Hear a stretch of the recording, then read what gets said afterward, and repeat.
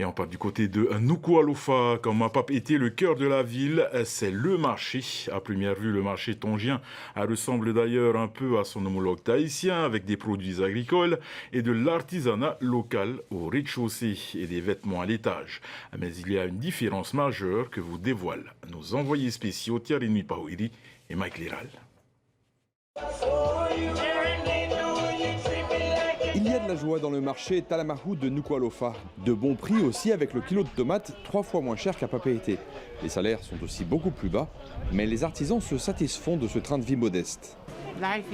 La vie à Tonga est facile.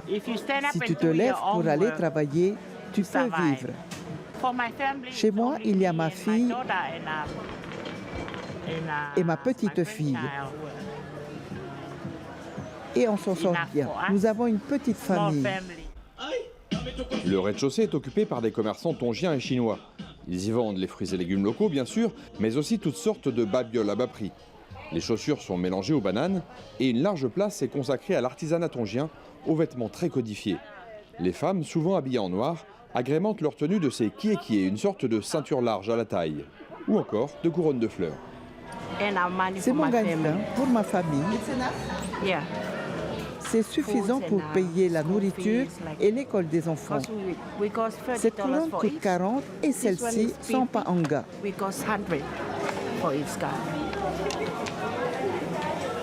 Cela me rapporte entre 200 à 300 paanga par jour.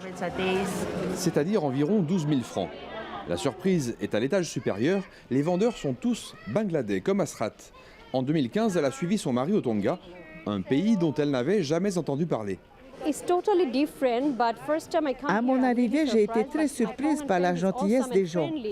Ils nous aident beaucoup. En fait, nous nous entraidons beaucoup. Il y a vraiment de bonnes relations entre nous et les Tongiens. J'ai visité l'Australie, les États-Unis et la Nouvelle-Zélande, mais Tonga est magnifique. L'initiateur de cette migration, c'est Mohamed. Il y a 20 ans, il est le premier Bangladais à débarquer. Il travaille pour des Tongiens avant d'ouvrir sa propre affaire.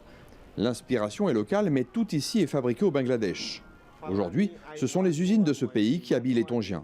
Et Mohamed négocie même avec ses clients dans leur langue.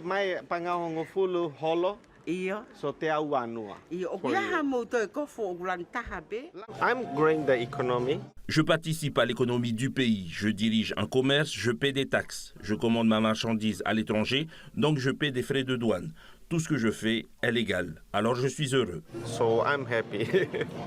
Son parcours a fait des émules, ils sont désormais une soixantaine de Bangladais au Tonga, et la moitié travaillent au marché. L'arrivée de cette population musulmane dans un pays chrétien n'a posé aucun problème d'intégration.